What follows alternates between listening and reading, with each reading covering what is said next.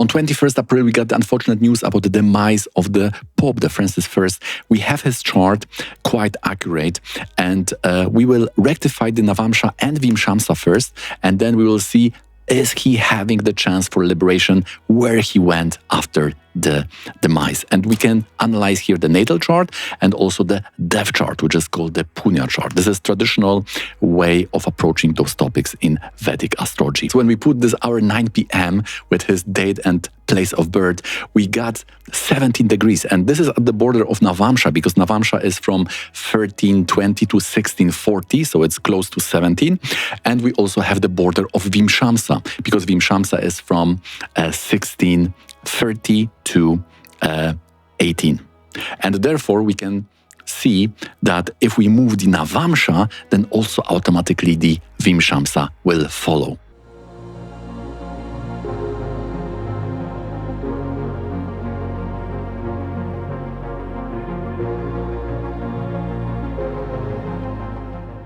So the rectification is the process to see how the past of the person is reflected in the chart. We can see it as static points, but also as dynamic events. And then we try to choose between these two options, because in the navamsa we are choosing between the Aquarius and Pisces, and in the vimsamsa we choose between the Gemini and Cancer. And in both charts, navamsa and vimsamsa, we check spirituality of the person, because the navamsa is the inner self. We have there the mind, the moon is very important in navamsa, and also the Atma Karaka, the planet with the highest degrees. He has the special role in the navamsa. Even the sign where Atma Karaka is placed is called the Karakamsha. And then the mothers of liberation are seen from that planet. But the navamsa will show us the matter, the levels, how our consciousness is going higher or lower, and which devata is helping us to do so. But we need the vimsamsa chart, which is D20, to show us things like joining spiritual community, initiation, the spiritual teachers, being close to temple, what is our most favorable spiritual activity which will rise our consciousness. All those practice, the upasana details, can only be seen in the vimsamsa chart. Also, what is very interesting, those Vargas, when Rahu and Ketu are together, like in the vimsamsa, in this additional charts called Vargas, we are talking about the liberation, because when the Rahu and Ketu, they join, then this is end of the samsara, end of this reincarnation cycle. Therefore, in the vimsamsa, in the spiritual chart, naturally we will expect that Rahu and Ketu will be in the one sign. So I have checked all the details or the events. For example, big argument for the Pisces navamsa is that demise was in the sun Antardasha. So it's quite hard to justify it with the Aquarius navamsa.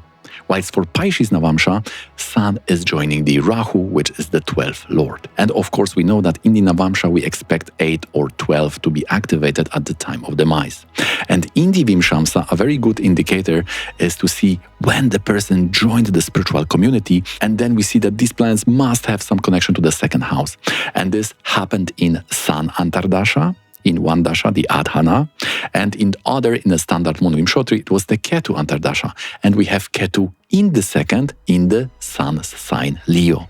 So we can see that at the time of joining the Jesuit community, the second house in the Vimsamsa was activated.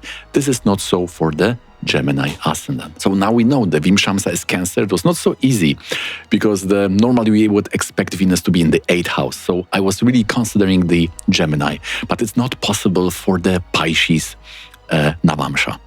So if we combine all of the factors, then we are deciding the Cancer Vimsamsa. Venus in 7th house can be there if the Mars Marana Karakastana exalted is dominating. So it still can show the life in the celibacy. All right, so after the rectification, we will go to the spiritual yogas. And here we will see the main factor for this. Then we will see this specific spiritual yoga for this person.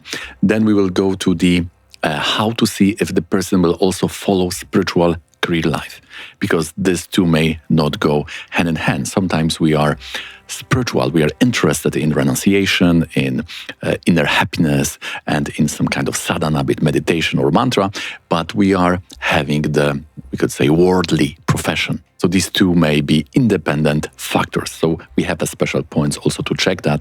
And after this, we will examine the liberation chances and what the chart has to say. So how we are deciding if the person is spiritual. One indicator is that the person is not interested in the gathering material things and is not interested in the external happiness. Of course, there must be also the practice which is following that. So the first indicator would be that the prana is not spent on those external things. So how to see that? For this, we are examining the dushtana, because these are the houses when the prana is going out. We are not interested in holding it, but it's going away. So these people may be minimalist, they are not attached to things, and this is one of the important features or even conditions for being spiritual. And if we know it's a dushtana, then we have to somehow see that we are not spending our efforts or energy on that. So we can expect Lagna Lord or Atmakaraka must be there, right? So the trick for this is to see the dispositor of Lagna Lord and Atmakaraka. If these are going to the Dushtana, then we say that this factor is very much present, and this is a very nice indicator for spiritual person. So in this chart, we have Lagna Lord in 7th, right? The person is leaving the house, he will travel a lot, and the Mercury-Jupiter yoga is there for teachings, and we have also other yoga, which we will talk soon. So stay with me for that. And dispositor of Mercury would be Jupiter. And Atmakaraka is Rahu. So again, dispositor of Atmakaraka is also Jupiter. But Jupiter is not in the Dushtana, right? So this is against our premise. But we can see that Jupiter is in the own sign. So if you are for some time on this channel, you know that we have to see the real result on the Uchanat level. And who will be the Uchanat, the Lord of the exaltation for Jupiter? It will be the Moon. And Moon is in the Dushtana, also the 12th Lord with the 5th Lord. So we can appreciate that although the dispositor of Lagna Lord or Atmakaraka are not in the Dushtana, because Jupiter is an own sign, we have to see the Moon. And the Moon, in fact, is in the Dushtana fulfilling the condition. And if you will go through the events of this person, this first taking vows of the living without any financial support and in celibacy, those 3 important vows were in that Venus Antardasha, and also the 4th vow, which is also important. It was in other Mahadasha, but also Venus was present. Even the Audaika was related to the Moon, and Moon is still in the 8th. So when he was renouncing the world, we can see that this Moon and the Venus were very much active. Now we were talking about the specific yoga for this person, because there will be some standard yogas for spirituality, but each spirituality will be different. And this will depend on the specific yogas each of us have in chart. So for example, in this, very important would be the Sun and Rahu. And this is crucial to transcend things. This is like the eclipse yoga. And this eclipse is time. This is the very important stage where we can focus on transcending our consciousness. So also at the time of eclipse, the mantras related to those devatas, to those gods which are responsible for our journey from one stage to the other will be recited. But when we are dabbling with uplifting our consciousness, or we try to transcend anything, then it is important to have this protection. So Sun and Rahu is showing I am transcending some level, but I need to have some protection, some guru, some guide, and then it will be very safe and very solid process that we are not going back. And therefore we also need Jupiter for that. Otherwise, if you are doing these shortcuts, uplifting consciousness without any tradition, without any protection, without any guide, either through some drugs or some spiritual sects, this could be quite dangerous things. Therefore, also the Sun and Rahu in 7th house can give big addiction. So we have to have this Jupiter. And here in this chart, this is very interesting because in the 7th house, we have very spiritual yoga. We have Jupiter and Mercury, this Guru Shishya yoga or Bhagavad Gita yoga for the transmission of knowledge. And we have also the Sun Rahu for transcending things. And already there is this guide, there is this protector, Jupiter, who is ensuring that everything is safe and everything is done properly. Like they say, we have to have open minds, but not so much that the brains will fall off, right? So without Jupiter, it is too much. And we can heart ourselves. So we need that protection of Jupiter. Now, in the Christian tradition, we also know that the priests are living in a celibacy, and it would be safe to check it before we commit to that order. It must be some deep commitment, so the navamsa level or the atmakaraka level needs to be checked. Also, the karaka. On the karaka level, we see the rajas. Is the rajas blocked? Is it the rajas not tempting us too much? And the Aruda Lagna will also be important because Aruda also have a lot to do with the Chandra, also with the mind, but also with the external aspect of us fitting in the society. So is that society order also compatible of what people suspect of us and how we think of ourselves and so on? Is that whole thing also synchronized from that society point of view? Rahu is a Makaraka. This alone is a good vote for spirituality. Rahu doesn't like planets in the second from its position. And then we have this Venus and both 12 lords. So we can see that the soul and dating, because 12th lord is about starting the relationship, Venus is about the marriage blessing, in the 8th house, right? And Atmakaraka is somewhat rejecting that. And when we see Darakaraka, it's Jupiter or the Sun, but Rahu still have not the best relationship with both these planets. So it's also not very eager to follow this direction. In the Navamsa, we have Mercury in the 7th house, and we have Saturn and Venus in Trikona. So this is the Napumsaka Yoga, Mercury, Venus, and Saturn. And when Mercury and Saturn are related to the 7th house, also it is not favoring the relationships. The Venus, as a Karaka, is very important to start the relationship, but it's in the Via Yamsha. This means that the Taurus is 12th house in the Rashi. So any planet in that house in the Navamsa will show some form of loss. When Karaka is there, the whole activity may not even start. Finally, we can see that 7th from Venus is the moon in Marana Karakastana, so also not interested in giving you the partners. And 7th from Sun, which is important for marriage, is also Mercury in the Marana Karakastana and all that full spiritual yoga.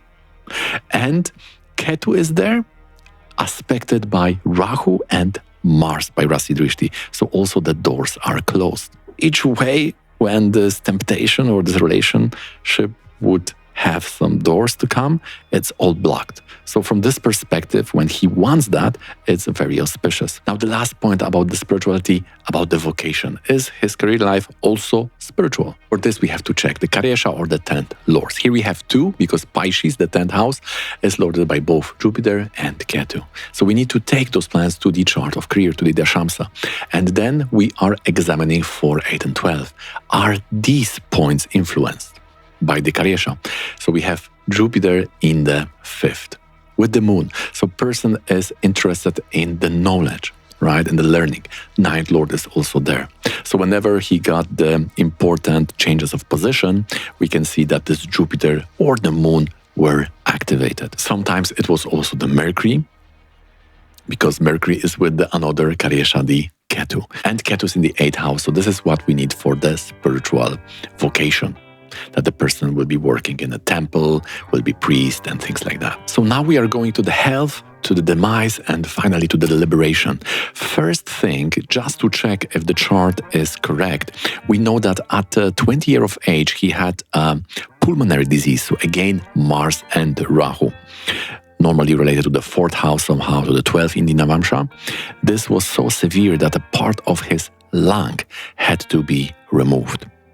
And we can see that Mars is in the Rahu sign, in the 4th house, in the Rashi. This was in Aries Narayana Dasha.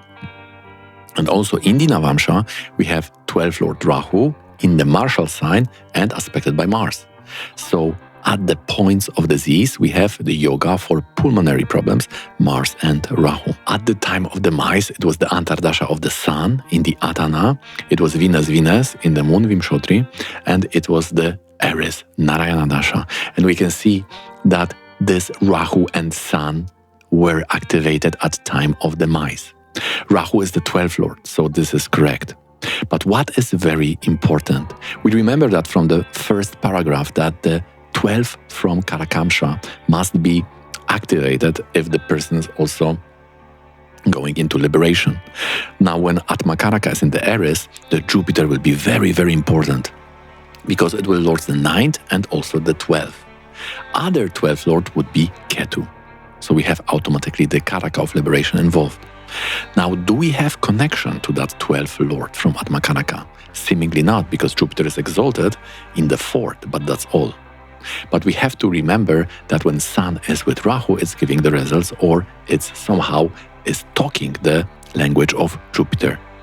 So in that dasha of Aries, when Sun is there, in that antardasha of the Sun, also that Jupiter got activated, which is both 9th Lord, the Dharma Devata, which is protecting you in this life, and it's also the 12th Lord from Karakamsha, which is the Ishta Devata, the form of God or divinity, which will be taking you by the hand and helping you in a liberation, or at least going to these higher planes. So we have Ketu, we have 12th Lord, connected to the Karakamsha, and these are all activated in the dasha. So this alone shows very high level of liberation. There are also a few points we have to check in the Vargas. One of them, which we can see, is the vimsamsa, doors of liberation, the Rahu and Ketu, involved. And that was Sun Antardasha. The Sun is also the dispositor of Rahu and Ketu. So this door is also activated in the Vimsamsa. So from perspective of Upasana or spiritual practice, we also have the green light. Finally, in the Punya chakra, the chart of demise, we have the exact hour. It was around 7:20. We have Taurus ascendant. We are checking the sins in the 6 or 8. There are no planets, so there are no big sins. Even if that would be there with Jupiter in Lagna, a lot of things are forgiven by God. So you want to have Jupiter in the Lagna at the time of the Punya chakra. This is very favorable things to have. Also no planets in the 7th house, so the rebirth house is weak, and we have planets in the 12th house for liberation. There is the Sun, which may show us the Pitraloka. This is one dimension above. Also, we can see 7 from Sun, which is the Devata, which will hold you through this process, is Venus exalted in that Pisces. So again, we have very strong blessings or a presence of Devata because that planet is very strong. And what is interesting, in the 12th house of liberation, we got the same Sun in Aries, just like in the Navamsa. And Sun was the antardasha of demise. Especially that Sun, right? We have the same exalted Sun and antardasha, and in the navamsa, in the Punya chakra, in the 12th house. If you take all of these factors together, very strong chance of mukti or liberation. Now, there are many forms of liberation. Is it the final one, right? We don't have the Ketu direct there, but definitely it's the mukti, and it's very favorable Punya chakra. Okay guys, I hope you find this interesting and informative.